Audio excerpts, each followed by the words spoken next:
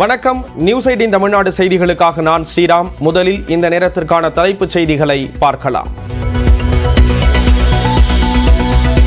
நெல்லை மாவட்டத்திற்கு இன்று அதி கனமழைக்கான ரெட் அலர்ட்.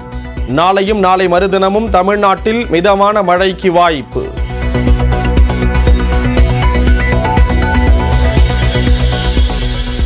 கன்னியாகுமரி, தென்காசி, தூத்துக்குடி உள்ளிட்ட 9 மாவட்டங்களில் இன்று மிக கனமழைக்கு வாய்ப்பு. புதுக்கோட்டை, தஞ்சை, திருவாரூர், மயிலாடுதுறை, நாகை, கடலூருக்கும் ஆரஞ்ச் அலர்ட் விடுத்த வானிலை ஆய்வு மையம்.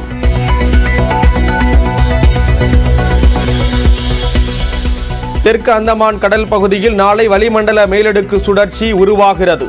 48 மணி நேரத்தில் புதிய காற்றழுத்த தாழ்வு பகுதி உருவாகும் என வானிலை மையம் கணிப்பு.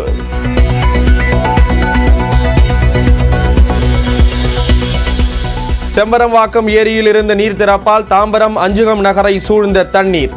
அவசரமாக பொதுமக்களை வெளியேற்றிய காவல்துறையினர்.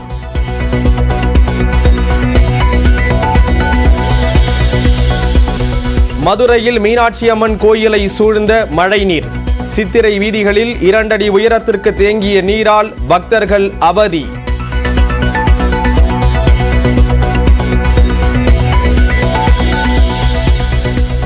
தென்காசியில் தொடரும் கனமழையால் தனியார் மருத்துவமனையில் புகுந்த வெள்ளம். கோவில்பட்டியில் பெய்த கனமழையால் சங்கரலிங்கபுரத்தில் உள்ள 100 வீடுகளுக்குள் புகுந்த நீர்.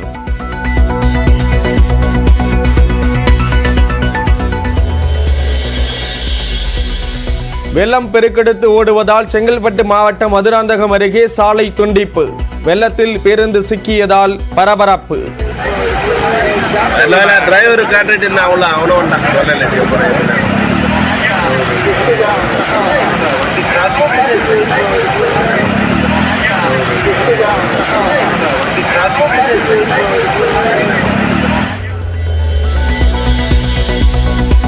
கடலூர் மாவட்டம் காட்டுமன்னார் கோயிலில் கட்டமங்கலத்தில் வீடுகளுக்குள் புகுந்த மழை நீர்.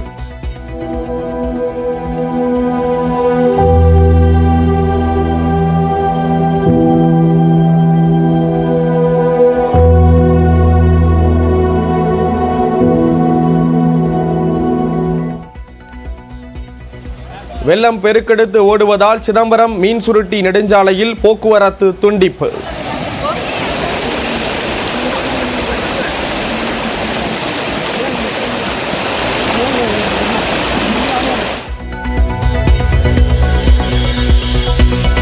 காட்டுமன்னார் கோயில் பகுதியில் நீரில் மூழ்கிய நெற்பயிர்கள். 1000 ஏக்கர் பயிர்கள் பாதிக்கப்பட்ட நிலையில் விவசாயிகள் வேதனை.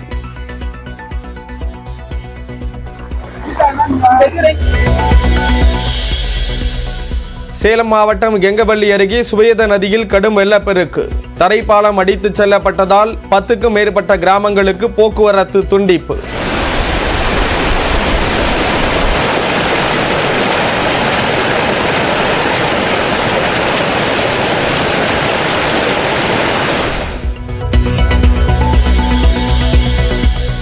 செங்கல்பட்டு மாவட்டம் மதுராந்தகம் அருகே கிழியாற்று வெள்ளப்பெருக்கில் சிக்கிய தனியார் பேருந்து. பயணிகள் பாதுகாப்பாக மீட்கப்பட்ட நிலையில் பேருந்தை மீட்கும் பணிகள் தீவிரம்.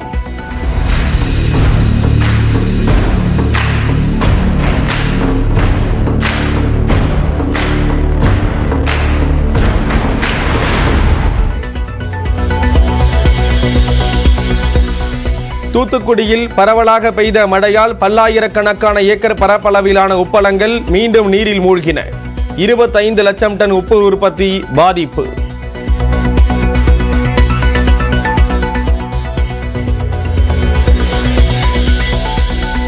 சென்னை அடுத்த மாங்காடு பகுதியில் 50க்கும் மேற்பட்ட வீடுகளுக்குள் புகுந்த மழைநீர்.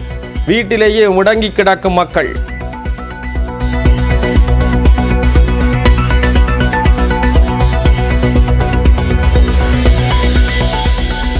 திருநெல்வேலியின் பல்வேறு பகுதிகளில் முழங்கால் அளவிற்கு தேங்கியுள்ள மழைநீர். பேருந்து நிலையம் பகுதியில் தேங்கிய நீரால் பயணிகள் அவதி.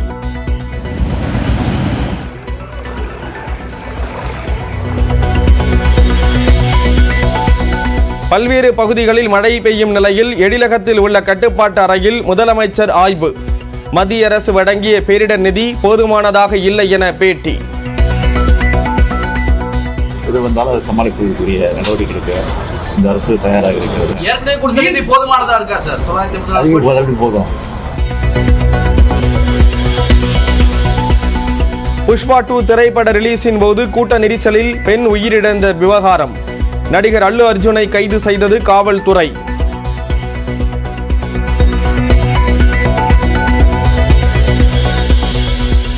நடிகர் அல்லு அர்ஜுன் ஜாமீன் கோரி தெலுங்கானா உயர்நீதிமன்றத்தில் மனு தாக்கல். கொலைக்கு சமமான குற்றத்திற்கான தண்டனை சட்டப்பிரிவின் கீழ் வழக்கு பதிவு செய்த காவல்துறை.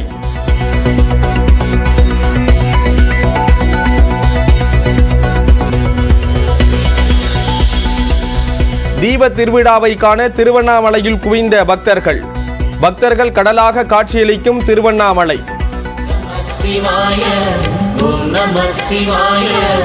உணர்வையாளும் இதய கீதம் ஓம் நம சிவாய அனல்முகநாதனே. மகா தீபம் ஏற்றுவதற்காக மலைக்கு கொண்டு செல்லப்படும் தீபத்திரி.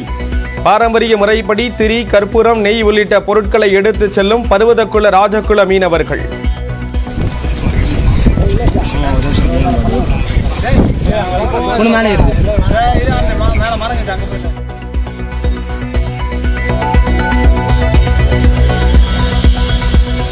திருவண்ணாமலை தீப திருவிழாவை நேரடியாக வழங்கும் நியூஸ் 18 தமிழ்நாடு. மாலை 4 மணி முதல் ஆன்மீக சொற்பொழிவாளர்கள் வர்ணனையுடன் நேரலை.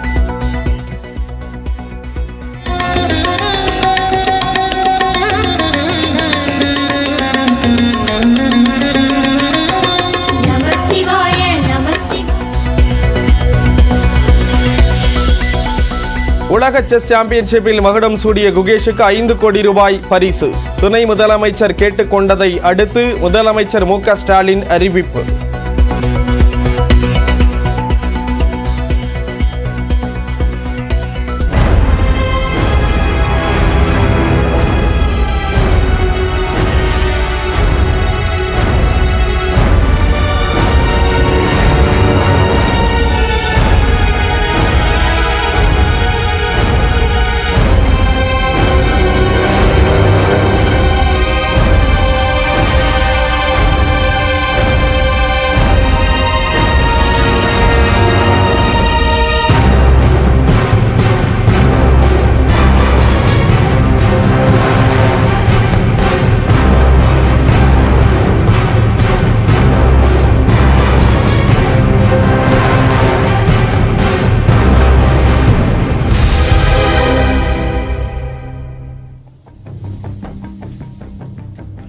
கடலூர் மாவட்டத்தில் கனமழை காரணமாக ஸ்ரீமுஷ்ணம் பாளையங்கோட்டையில் இருக்கக்கூடிய கீழ்பாதி கிராமத்தில் 500க்கும் மேற்பட்ட குடியிருப்புகளை வெள்ள நீர் சூழ்ந்திருக்கிறது. இது குறித்த கூடுதல் தகவல்களை செய்தியாளர் பிரேம் வழங்க கேட்கலாம். பிரேம், எந்தெந்த பகுதிகள் எல்லாம் பாதிப்புக்கு உள்ளாகி இருக்கு, விவரிக்கலாம்.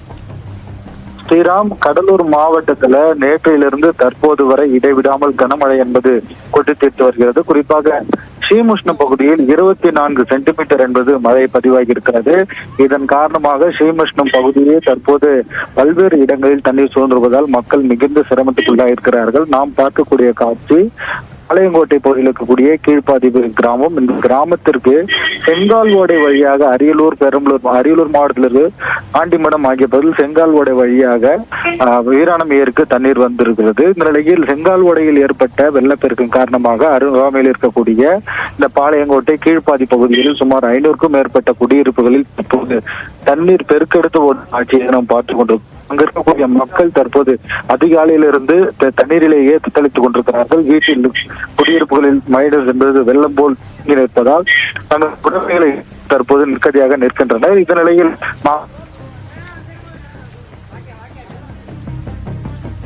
கனமழையின் காரணமாக குடியிருப்புகளை வெள்ளம் சூழ்ந்திருக்கிறது. விவரங்களை கொடுத்தீங்க, நன்றி பிரேம்.